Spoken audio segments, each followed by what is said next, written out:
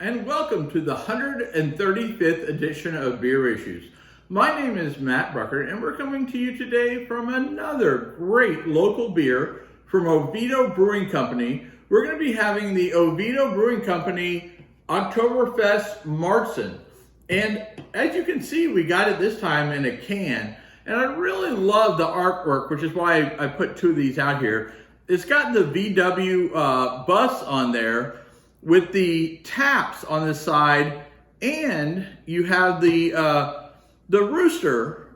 I forget his name, but Oviedo is famous for their roosters and chickens that wander around the city of Oviedo. So very cool artwork. They've got somebody who's doing this artwork that does a great job. But what we're here is to talk about the beer. So I'm going to go ahead. I'm not going to waste any time. I'm going to get into this. Now this beer, it's a local beer, so it's really hard to evaluate the ratings online. But it basically on Untappd, I think it clocks in at like a 3.7 out of 5, which would make it a very good beer, because Untappd is a very hard to determine, how accurate it is, because a lot of the people on there, unfortunately, don't know that much about beer. So they don't know, they either like it or they don't, so they rate it according to that, not necessarily what the style should be, okay? So the first thing that you look at when you're looking at Oktoberfest, and Oktoberfest Martzen has to do with, Martzen is March. So in Oktoberfest over in Germany, when they're talking about Oktoberfest, they brew the beer in March, they cellar it throughout the summer, and then they break it out in, September, October, when they have the Oktoberfest. This year they didn't have it, but anyway, that's how the whole Martzen comes from. It's a Martzen style of beer. So anyway, the beer clocks in at 4.8% alcohol by volume, so it's perfect, spot on what a Oktoberfest should be. Now, what makes a good Oktoberfest? To me, and I kind of consider myself a connoisseur of fine Oktoberfest beers because I drank so many of them. The things that you look for is balance, okay? So when I talk about balance, first of all, it should be like a coppery, reddish, golden type color, which this is spot on. Look at the great carbonation that we're still getting. We don't have much of a head right now because I waited and talked too much, but you're still getting constant carbonation flowing this beer. So this is just a beautiful, beautiful beer right there, okay? And when I talk about balance, what I'm talking about is the balance between the hops and the malts, okay?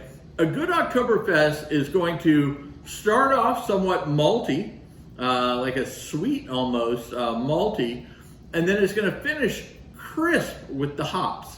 So that's what you get in an outstanding Oktoberfest beer.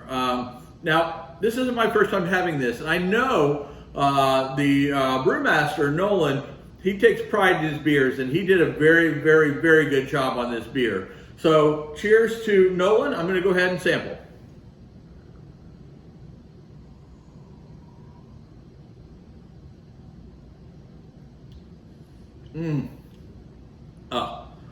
Phenomenal. And Oktoberfest beer, it's not a difficult beer to make, but some people make it more difficult than it is. It's really just balancing your malts and your hops, and actually just knowing, I guess, how to brew. But when it's made right, it is a delicious everyday drinking beer. It's not too high in alcohol to where you can't drink it, all day long. They try and make it for Oktoberfest not too boozy. So, when you go to the Oktoberfest and you're drinking beer all day long and those giant big vats of beer that they do, you can drink it all day long. If you're drinking something, 8, 9, 10% alcohol, might be a short day for you at the Oktoberfest. But anyway, this is spot on. You get the perfect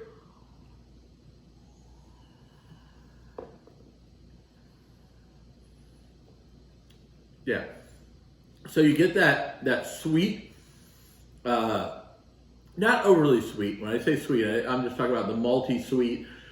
and then a kind of a crisp finish. So it doesn't finish like with the sweetness. It finishes with more like a crisp, but not hoppy. And the smell, I completely bypass the smell.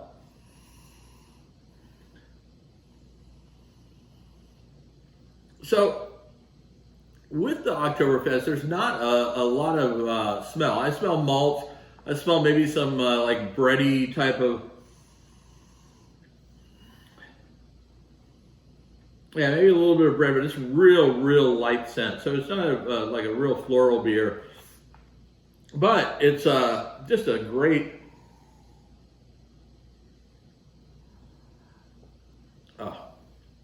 just a delicious beer. And Nolan, for those of you who've never been to Oviedo Brewing Company, Nolan makes some great beer there. They're getting ready to come out with one of my favorite beers, the Delightful, which I'm really excited about. And I'll probably get a keg of that for the house because it's so delicious. It's a Belgian-style triple called Delightful. So for our local football team, UCF Knights, they make the Delightful. And it's a Belgian-style triple, which is phenomenal. And I just can't wait to have it again. I did go there the other night, and I had their new beer. They have a new beer that they're canning and on tap. It's a New England-style IPA, which is just absolutely phenomenal. I can't wait to go get some more of it because it really is a good beer. So I'm very excited about that also. But they've recently started canning, and this is one of the first beers that they can, the Oktoberfest Martzen, so in their new canning machine. They also do their guava. So for those people that like the sours, they have a guava sour, which people love. Maybe, I don't know what it is about it is. I like their Kitten Whispers, but this guava one, I'm not as big a fan, but people love it. It's their most popular sour, so maybe my taster is off, who knows. But they also put their more West Coast IPA on there, their Killy-Cali, which really, I like the Killy-Cali, and I'm not usually a big fan of West Coast IPAs, so check that one out too. But the New England one is going to be, it's actually already in cans, so you can get that. And they will be bringing out the Delightful on cans, from my understanding. So I'm pretty excited about that. But when I have a keg at home, I probably won't be getting cans. But anyway, this is a phenomenal beer. They make great beer at Oviedo Brewing Company.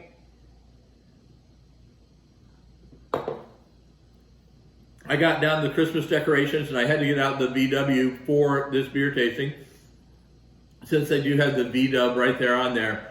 And one cool thing, I was talking to one of the owners of this, and this little rooster is going to be, he's got a name, and I can't think of it right now, but he's going to be on all their cans. So he's going to be driving a pickup truck on one, cruising an interstate on another, all kinds of stuff. So he's going to be like their character for their can, their rooster, for the Oviedo Roosters, okay?